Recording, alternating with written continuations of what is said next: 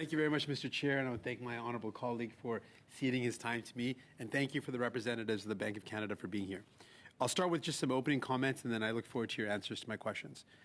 We understand and respect that the Bank of Canada, of course, through you, the Chair, is an independent body, and we believe it should remain that way. We understand that you set monetary policy and that the federal government sets the fiscal policy. I want to direct your attention to something you've already acknowledged, that the decisions being made by the Bank of Canada have real impacts on real Canadians. And I know you know that, but I want to highlight the real impacts. That high interest rates will mean that some families will lose their homes. High interest rates will potentially trigger a recession in Canada, which will mean that workers might lose their jobs. And I will start with some of the comments you made about wages. Since the beginning of the year, I think it's very fair to say that at no point have wages kept up with inflation. And in fact, the opposite has happened, that wages not keeping up with inflation has meant that for most workers, with the cost of living and inflation going up, workers have experienced a pay cut. Yet last summer, you advised employers not to increase wages. And I want to ask you, do you think it's appropriate to tell employers to keep wages low despite wages not keeping up with inflation, and how this will keep workers even further behind when there is no evidence that wage increases are driving inflation? And coupled with that, why have you never mentioned similarly any concerns around high profits of corporations, but you have referenced concerns about wages potentially going up, which haven't been the case? Well, thank you for the question, because it is an opportunity to clarify what I said. It's not the Bank of Canada's job to tell businesses what they should pay their workers. It's not the Bank of Canada's job to tell workers what wage they should work for. But it is the Bank of Canada's job to control inflation. And what I said last summer, last month, last week, is that to Canadian workers, to Canadian businesses, is that Canadians should not expect inflation to stay where it is now. And my message was, don't plan on inflation staying where it is now, plan on inflation coming down. That, we have taken forceful action.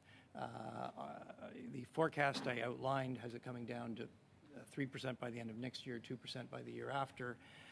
And look, there are probably going to be new shocks. There will be new curveballs along the way. But our message to Canadians, we are resolute to get inflation back to our target. With respect to the second part of your question on corporate profits, as I was responding to the previous question, there are a number of, when your economy is overheated and you've got these inflationary pressures, there are a number of dimensions of that. Part of it is the labor market. As I mentioned, the labor market is very tight. Profits. You've never mentioned profits. Well, I'm just getting to another element is the behavior of companies, and I was just talking about that. One of the things we see is that as inflation has gone up and input costs for companies have gone up, they have been changing their prices more rapidly than usual. They've been passing those increased prices very quickly through to consumers. So consumers are bearing the burden of inflation. Companies have been able to keep their margins. And one of the things we're looking for is, we have seen oil prices come down. You yet still haven't said the word profit, though. Well, I'll say the word profit. I mean, profits, as you've you're just so easy to use the term. You're concerned about wages, but I don't see that same concern reflected with respect to some significant corporate profits. Look, our concern is about inflation, and there are many elements. Well, inflation, isn't it the cost of goods being higher? And some corporations have raised their prices. And what we're seeing is that businesses are passing on higher costs very quickly to they're maintaining their profits. Overall, if you look at profits as a share of GDP, they are up. A big part of that is that oil prices, energy prices have gone up a lot. That's right. The input prices in the energy field have not gone up as much as the selling price, and so their profits are up. But if you look more broad, but my comments are actually much broader than that. The fact that you're seeing companies pass through higher prices very quickly is impacting consumers. And what I would stress is two things. First of all, what we're expecting to see from businesses is that we have seen oil prices come down. We have seen the prices of some agricultural products come down. They're still pretty high, but they've started to come down. Let's move on to some other topics as well, though. Okay. it's an important question. What we're expecting, we are expecting to see businesses pass those input price decreases as quickly back down to consumers as we did on the way up. Interesting. Okay. The other area of concern you raised, or that you know is going to happen, is that as the interest rates go up, people might lose their home. That's going to be pain, and you know that decisions you make will cause pain for workers. How much pain is too much pain, or is that a consideration that you make?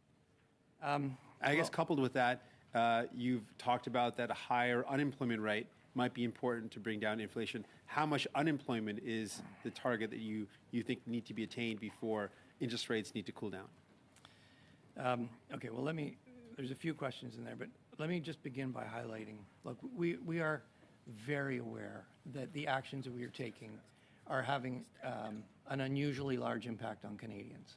And Canadians have a lot of tough questions for us, and their elected representatives have a lot of tough questions for us, and actually, we understand that. We don't want to make this more difficult than it has to be. And we are really trying to balance the risks of not doing enough versus the risks of doing too much. And if we don't, if we don't do enough, if we're half-hearted in our efforts to control inflation, Canadians are going to have to continue to endure inflation. And that is a cost that every Canadian is bearing. I mean, for the average Canadian, inflation at 7% is costing, instead of 2%, that's costing them about $3,500 extra a year. Thank you. So, that's a cost that every Canadian is bearing. We don't want to, and if we don't do enough, they're going to continue to do that. And we're still, if we don't do enough, ultimately we're probably going to have to raise interest rates even higher and generate an even sharper slowing to get inflation back to control. Thank you, Governor. So by moving forcefully, we're really trying to avoid that. Thank you, Governor. Obviously, if we do too much, it's going to be more painful than it has to be. We are trying to balance those two things. Thank you, and thank you, MP Singh. And that's the time we